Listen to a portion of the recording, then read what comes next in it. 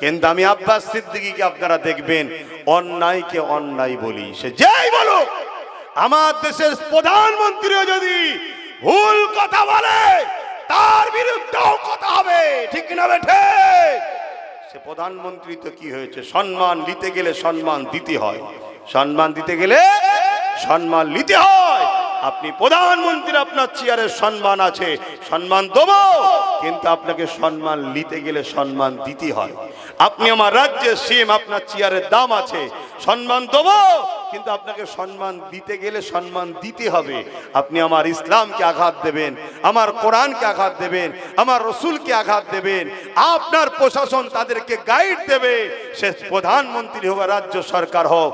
আমরা জীবনে জান থাকতে হুজুর ও আল্লাহর গুস্তাখ যারা, তাদেরকে মেনে নিতে পারি না।